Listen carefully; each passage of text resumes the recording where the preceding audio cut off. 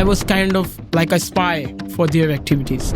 But the thing is, when you start in the university, things do not get complicated until you reach in the third year or the fourth year. In that tour, I was like completely out of my shell and I did every single crazy thing I could do. Hi, you're listening to Everything is Personal by Fortis. I'm Victoria Belousova, Chief HR Officer at Fortis. Here I talk to successful professionals from tech companies. I want to find out what it did to build a career in Dubai. And I want to find out at what point everything went right. From game-changing decisions to lucky breaks, we uncover what made it all work.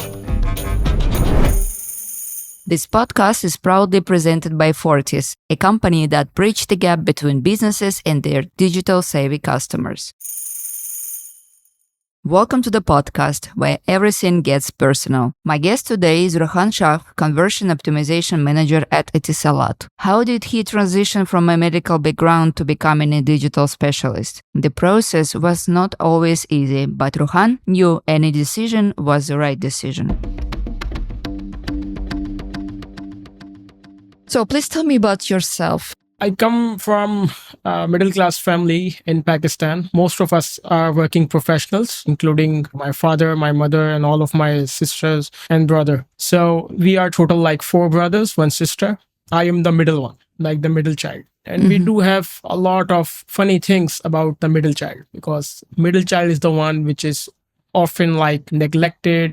He's a kind of like, the third wheel. But in my case, the things are very different. I'm kind of a very attached to everyone in my family. Talking about the education, it's a very long journey. I was a bright student of my class. I was doing good in my grades until high school. And during the high school, or even before the high school, my mother had a very strong influence on me that in the future, you have to be a doctor. Doctor as in the medical doctor, because she was also the doctor. So in a way that I was also convinced and also motivated towards becoming a doctor as well until my high school. But later on, things changed. I couldn't get into the medical school after multiple attempts.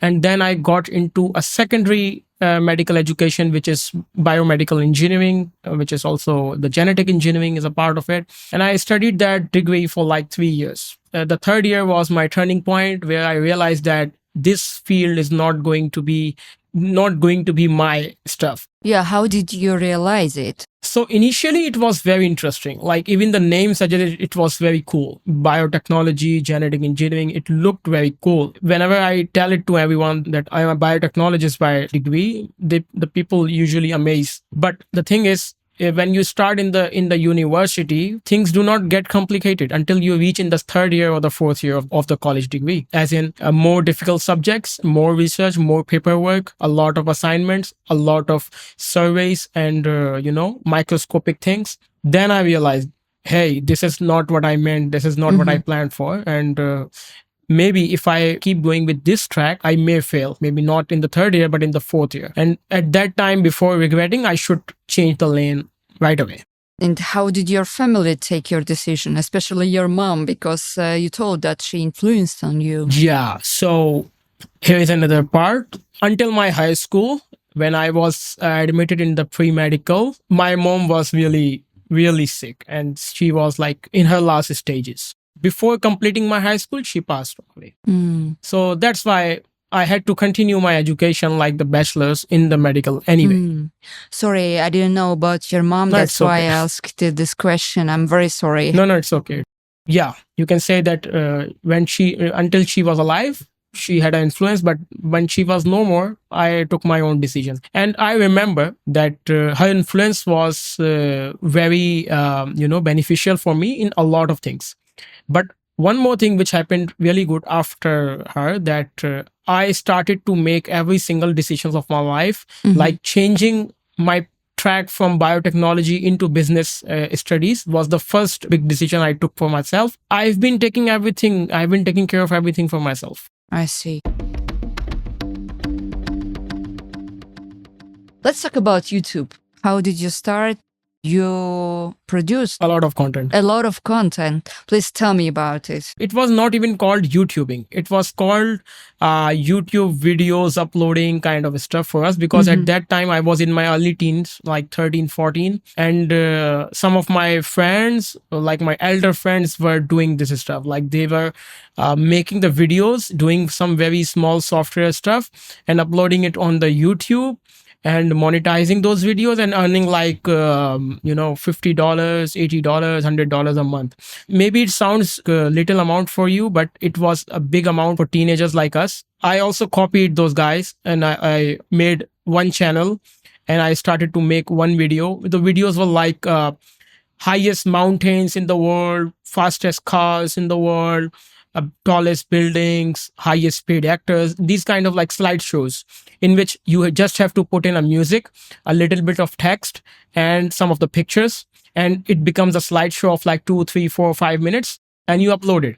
And once you upload it, the target audience comes on it and see it, and you get the amount for the CPM, like the views against the ads. That time it was really simple. I just created a channel, 2 minutes. I uploaded a video, 5 minutes. The next minute, my channel is monetized. And by next hour, the views are coming onto my video. You are getting the CPM dollars. So I was making like, in the beginning, I was making like $50, $80. And then I rose up to like $300, $400 per month as well. This scenario lasted for like, I guess, for 2 or 3 years. Until there was a huge update by YouTube. Within like 2 or 3 days, 7 or 8 of my channels were like demolished.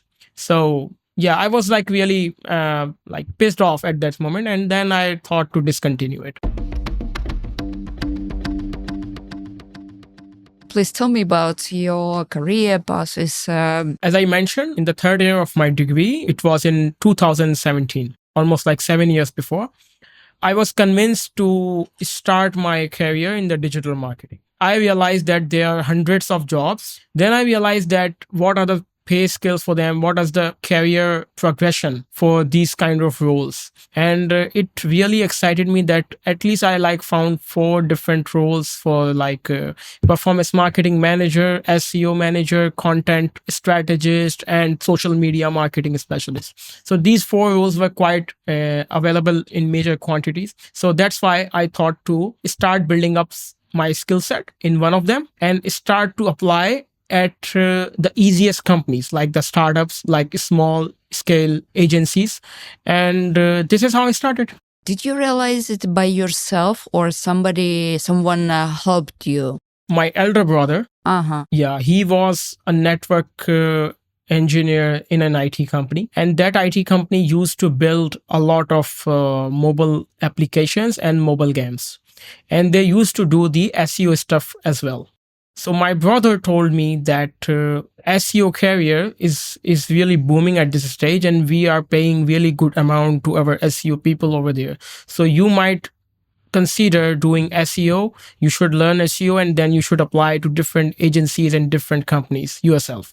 He was like seeing the impact of the digital marketing in the real world. So he just guided me that you should also explore this option. You know, I ask you because I worked as a career consultant, and normally people come just to find their career opportunities basing on their previous experience. That's why I ask you who helped you to take this decision. It's interesting. So your brother, acts as a career consultant for you. Yeah, right now he's at a senior cybersecurity position. He's in Germany. He's in Munich. Oh, really? Yeah. Could you please send me his CV?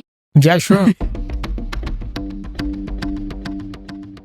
Your next step was marketing? Yeah. So the next step, right after when I realized that I need to step into the SEO, I started to do some homework for me, watching some YouTube tutorials, reading some articles, just to appear good in the interview. And that's it. I did my homework for like 10, 20 days and started to apply in the companies, those companies which had the job opening, or also those companies which did not have any job opening mentioned on their website. And I started to get the reply by the next week. 1 company, 2 company, and I got lined up like 3 interviews within a week. And By the next week, I decided one company to go with, which was offering me the internship in a very challenging environment. They had a lot of projects. They had a team of like 20 plus digital marketers. So that's why I decided to start my internship at that company. So you can say within 1 month, I learned how to scale the interview. I appeared in the interview and I secured the role within 1 month. Whenever someone come to me and like seek some kind of advice in the job search, I always recommend that if you are applying for a job and if you somehow manage to see who has posted the job, whether it's the founder or CTO, CEO of the company, whether it is the HR director or isn't a technical recruiter, anyone, you must find that person on LinkedIn, connect with them and just introduce yourself like a short message just to stand out, because you don't know out of those 200 candidates, she has time to see your CV or not. But if you knock the door, like their LinkedIn, and you just say hi and I have applied for this job, maybe your chances of getting noticed are 10 times more than the other candidates. So it's a very good approach. So, Roohan, you told that you could find a job within 1 month. And let's make some reflection, Yeah. a reflection moment. What did you write to get this job? Maybe during the interview, we discussed that you applied to HR directly and etc. But I mean, during the interview, what did you do right to get this job? I convinced the recruiters that I have a serious passion towards digital marketing. I'm not just doing it for like a part-time gig. I'm not doing it just for the learning and then I will move into here or there. I am doing this for my long-term career. And that's why I have invested my time in learning the skills before coming to the interview. So this thing really matters a lot to the recruiter, not for someone who is like 10 years professional, but for someone who is really taking the first step of the career ladder. And if that kind of person is so energized, it gives them really like the positive vibes about the candidate. You should convince your recruiter that you have a positive attitude towards this position. How did you show that you have this positive vibe? The hunger. You should look thirsty in front of them. And by thirsty, I don't mean that you should be begging them. You are a recruiter, right? You have been in the field for a very long time. You can see and tell that this candidate is really worth considering because he or she is showing some kind of thirst for the knowledge, for the skill, not for the money, not for the status. You can see and tell. I think recruiters are kind of like psychologists and also psychics, not just psychologists. Some of them are also psychics. They can read minds and faces. For example, at Fortis, we believe that the interview process should be an opportunity to connect with potential team members on a personal level. For us, it's very important. Our interviews are conversational, focusing in understanding each candidate's unique journey and ensuring a cultural fit. With professionals from diverse cultural backgrounds, we aim to find a common ground to create a comfortable atmosphere for everyone.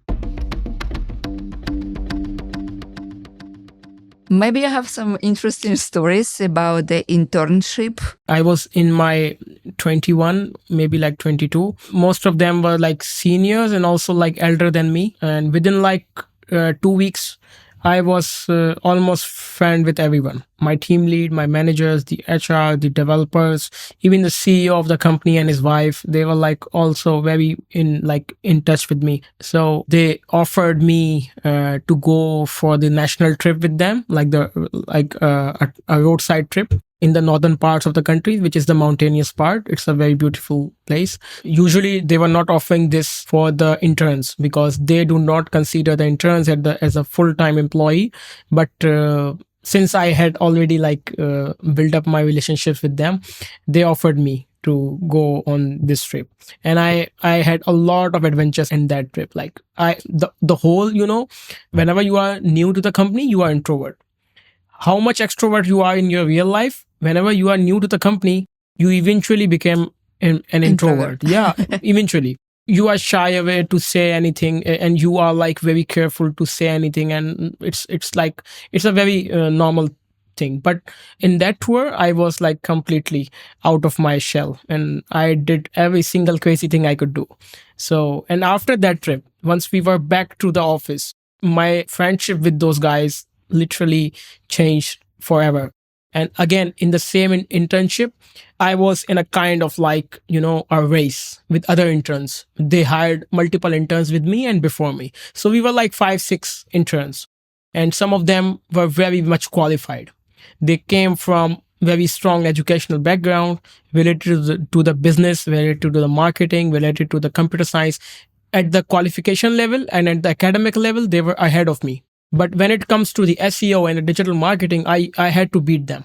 And I literally beat them, all of them. And it is like demonstrated by your charts. Your charts tell everything.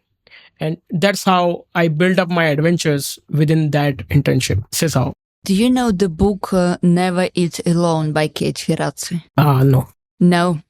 Kate Ferrazzi told that it's very important to have good relationships and to have the networking in your work. And sometimes it really doesn't matter because it sometimes affects on the decisions of the managers. You told that they were, more proficient interns, right? More skilled one. But yes, you was the one who just get the success. Yeah. Because it's really important to build this networking, to build a relationship on the basis of honesty and, honest interest to the people you're working with. Yeah. Exactly. So I just can recommend you this book. I think it's Never Eat Alone. I mean, this by Kate Ferrazzi. I will find it. It's exactly about your story, I will about the find relationship at the work. Okay, so what was your next step after this, internship? Yeah. So the idea was to build up my skill in the SEO for at least like 1 year. Because in the internship, in the early stage, everyone is supporting you. Everyone is your mentor. Everyone is guiding you. Everyone is correcting your mistakes. And you are doing things by doing mistakes in the internship. But once after the internship is completed and you are in a full-time professional role, you have to carry the burden of your mistakes by your own. So that's why I decided to continue the early level of the job for like 1 year and learn as many things as I can. And then eventually one of the company offered me a very exciting role as a digital marketing strategist with a lot of things to do. I was the strategist. I was the budgeting person for the campaigns. I was designing the ads. I was writing down the ad copies. I was involved in the landing pages development, like the entire content strategies. I was also involved with the senior marketing people to build up the sales funnels, to build up the marketing funnels, integrating the CRM strategies, HubSpot, and these kind of things. So it was a very challenging role and also very exciting. So that was the turning point of my career where I entirely changed the track from just an SEO person to a digital marketing strategist. That was the next step of my career. In this next role, it was like I was doing a lot of stuff single-handedly. There was not a huge team for this. This was a startup and they had a product which was a sleep app for the people who are troubled at sleeping. They could be insomniac or they could be experiencing lack of sleep. So these kind of people, and this was a startup where they were building up an application which helped people to induce natural sleep or to improve their sleep, like the entire sleep. So the product was new, the strategy was new, the team was new as well. I started to dig down doing the marketing research for this application. Like, first of all, I had a huge task of like keyword research because our entire funnel was to bring up the subscription online. So we had to plan a big campaign for Google Ads and the SEO. For Google Ads and SEO, we must know the potential in the keywords. So I started to find out the keywords and I found like thousands of keywords, especially related towards the sleep, lack of sleep, sleep inactivity, sleep trouble, sleep clothes, sleeping masks, sleeping mattresses, and a lot of things. A lot of sleep problems. A lot of sleep problems. So anyone who is searching for sleep mask, he or she has a problem with sleeping. Anyone who is searching for sleeping pills, drugs, they are experiencing the sleeping problem. So this was the part of my research. The next part was I was like, at the same time, I was building up the campaign for these keywords: ad grouping, ad copies, ad messages, CTAs. And on the other hand, I used to sit with the web developers and the UI UX engineers for like half of my day, because I was building up the landing pages on my strategy. They were building up for me, like the UI UX designer was designing it for me. Then I head towards the web engineer who was building up the web pages for me. And this is how we were like, taking care of the entire strategy. So it was like a step by step process. And I was like an octopus connected with all of them, like the senior management giving me tasks for the daily things, the UI and UX people giving me landing pages and UI on every day, the web team providing me updates on the web pages development, the content team providing me for the landing pages content, the ad copies content, and so on. So it was like, and on the other hand, I was doing entire stuff on myself for the SEO, for the keyword research, for competitive research as well. We had some of the biggest competitors at that time. Those are still one of the biggest competitors. And I was also going against the reverse engineering of seeing what these guys are actually doing. How good is their application? How good is their copy? How good is their messaging? How convincing their ads are? Everything. Like I was kind of like a spy for their activities. So this is how a normal day for me at that company.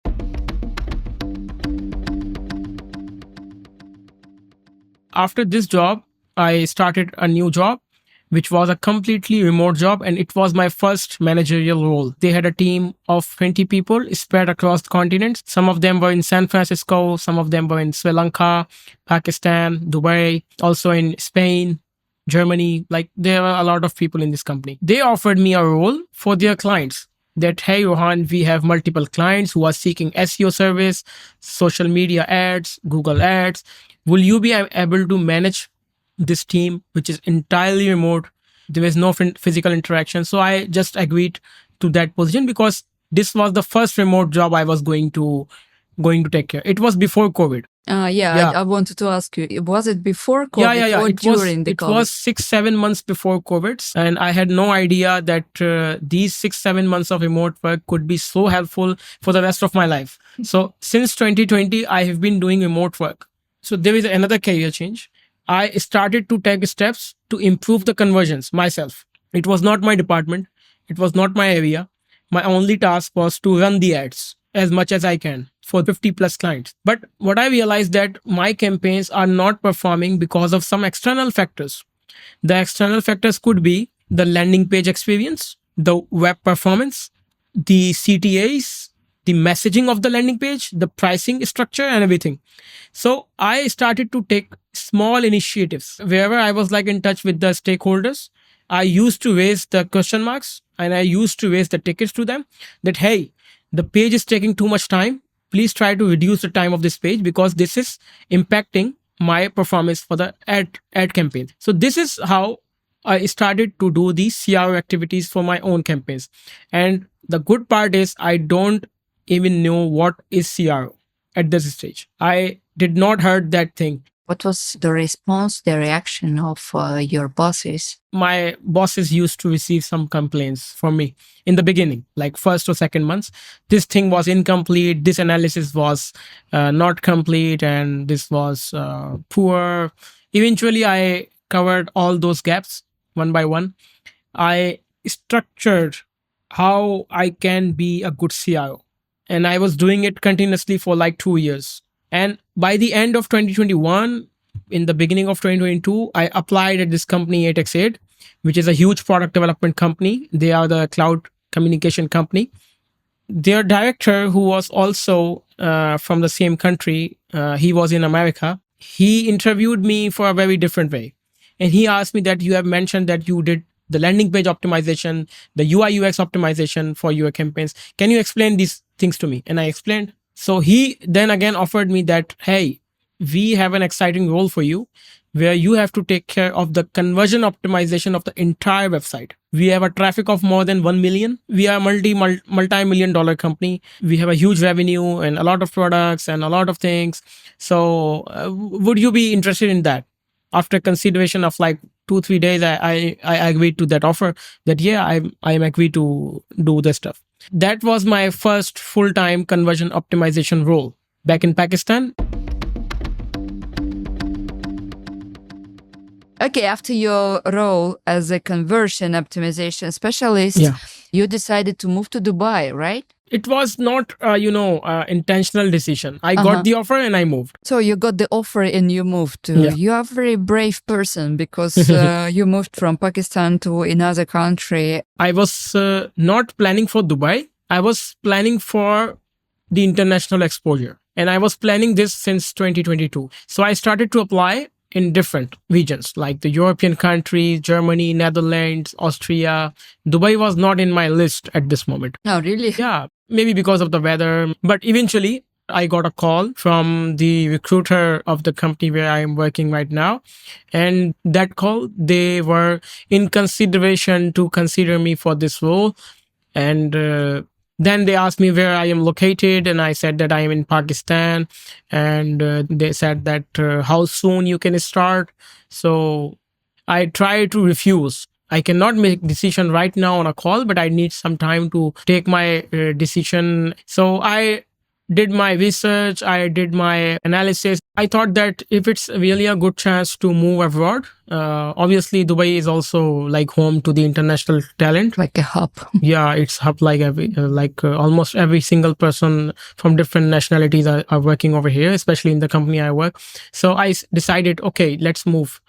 Because it was giving me more exposure, it was giving me more opportunities to work with the people, and also a new country to see new things and experience new things. It's interesting for me to know how your company in Dubai contracted you. I came back to Dubai in October 2023 for GITEX, which is the huge expo, with my company, obviously. So at that time, I changed the status on my LinkedIn and I updated my UAE number over there.